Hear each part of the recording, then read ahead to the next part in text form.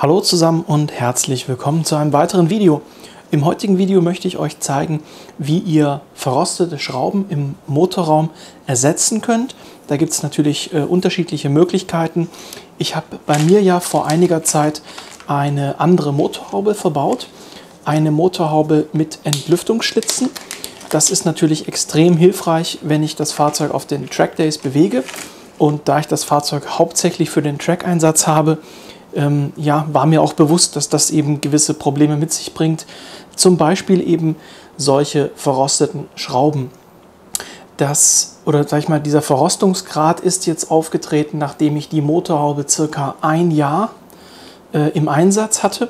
Und das ist hier schon doch ein relativ, also jetzt nicht funktional stark verrostet. Also sprich, die Schraube hat noch die volle Festigkeit und macht noch genau das, was sie soll, nämlich das Bauteil an Ort und Stelle halten. Aber optisch ist das ein entsprechend fortgeschrittener Grad der Verrostung. Und damit das eben im Motorraum nachher nicht so bescheiden aussieht, habe ich mir zum einen Originalschrauben besorgt. Da habt ihr hier mal ein Beispiel. Die kann man ganz normal bei BMW bestellen. Das ist dann Originalzubehör von BMW. Wenn ihr die verbaut, würde ich euch empfehlen, dass ihr die mit Klarlack behandelt, bevor ihr oder nachdem ihr sie eingesetzt habt. Sprich, ihr verbaut die Schraube an Ort und Stelle, klebt dann außenrum ein bisschen mit entsprechendem Maskierband oder normalem Kreppband ab, haut dann ein, zwei Sprüher Klarlack oben drauf, damit die Schraube eben nachher nicht mehr rostet. Sonst hat man eben nach einem Jahr wieder das Problem.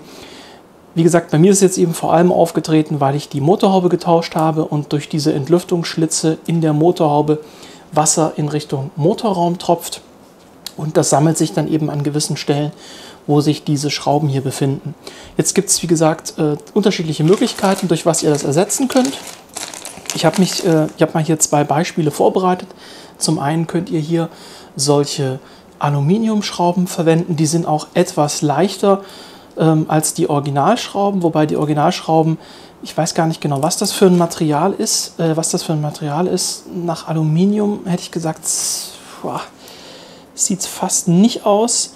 Fühlt sich jetzt auch nicht so hundertprozentig nach Aluminium an. Könnte irgend so eine spezifische Legierung sein oder vielleicht auch irgendein Guss. Ich weiß es ehrlich gesagt nicht. Vielleicht sind es auch Aluminiumschrauben und die sehen einfach nicht so hochwertig aus.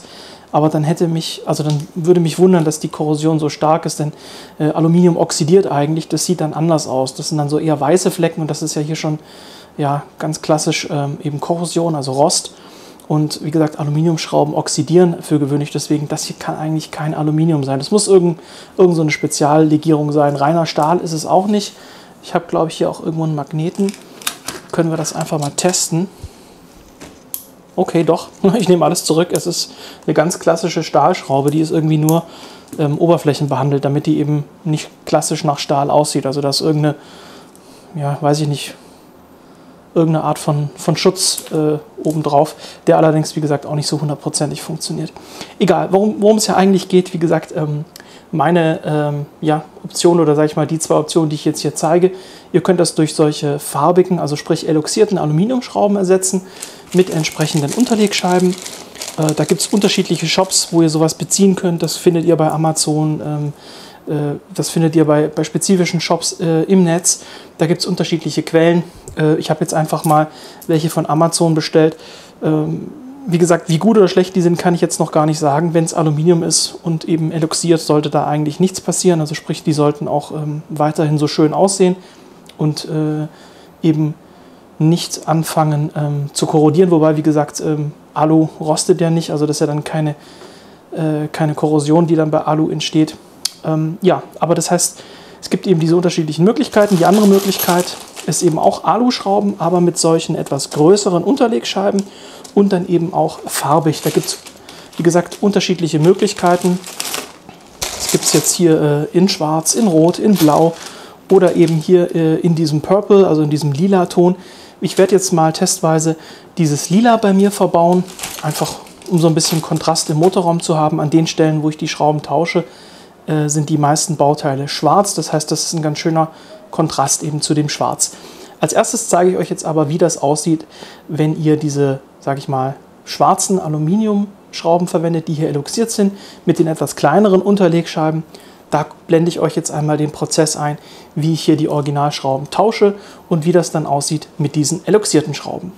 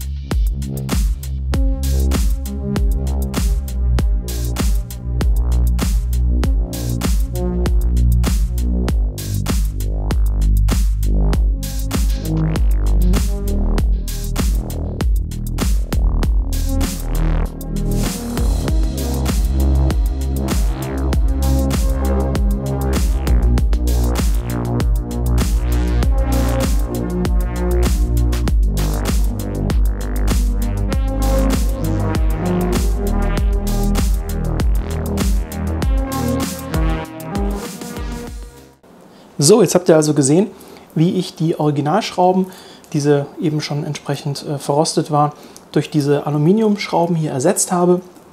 Das ist natürlich eine super unauffällige Lösung, da die Schrauben ja den gleichen Farbton haben wie diese Bauteile, wo ich die Schrauben ersetzt habe. Das heißt, das sieht super ja, stealth-mäßig aus. Also da fällt wahrscheinlich niemand auf, dass ihr die Schrauben getauscht habt. Wobei sowas auch, wie gesagt, nicht TÜV-relevant ist. Die Schrauben dürft ihr natürlich tauschen, ohne dass da irgendwie eine Eintragung oder sowas notwendig wäre.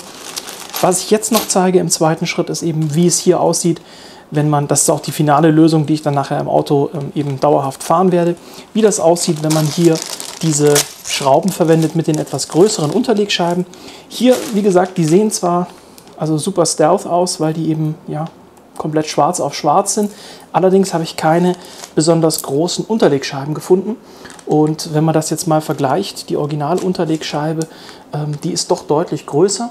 Und ja, da ist mir ehrlich gesagt diese Variante hier mit den größeren Unterlegscheiben lieber. Jetzt könnte ich das natürlich theoretisch auch mit solchen schwarzen Aluschrauben verwenden. Da gibt es auch kleinere Schrauben, die hier durchpassen. Allerdings haben die dann hier unten nicht diesen Konus, der hier in diese Unterlegscheibe passt. Die hat ja hier so eine Konusaussparung und deswegen werde ich hier diese mitgelieferten Schrauben verwenden. Die haben eben entsprechend den richtigen Konus. Das sieht man jetzt hier. Ne, die sind hier so leicht konisch und passen dann eben perfekt hier in diese Unterlegscheibe.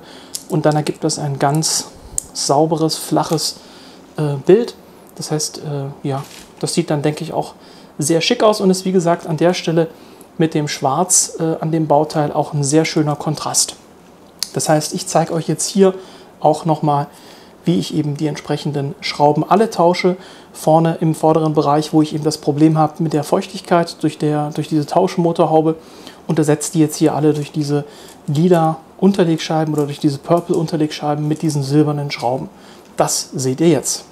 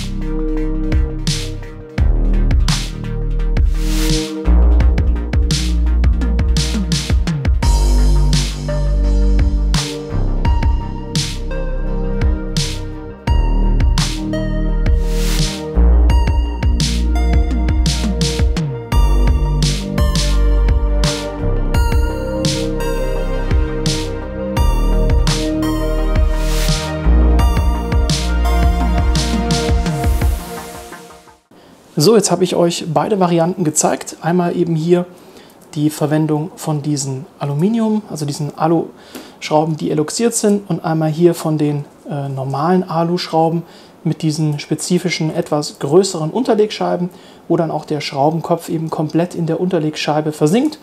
Die gibt es, wie gesagt, in allen möglichen Farben. Ich packe euch da die Links unten in die Videobeschreibung, wenn ihr da selber mal schauen wollt und das tauschen. Das ist super einfach. Wie ihr es bei mir auch gesehen habt, ich würde immer Schraube für Schraube tauschen.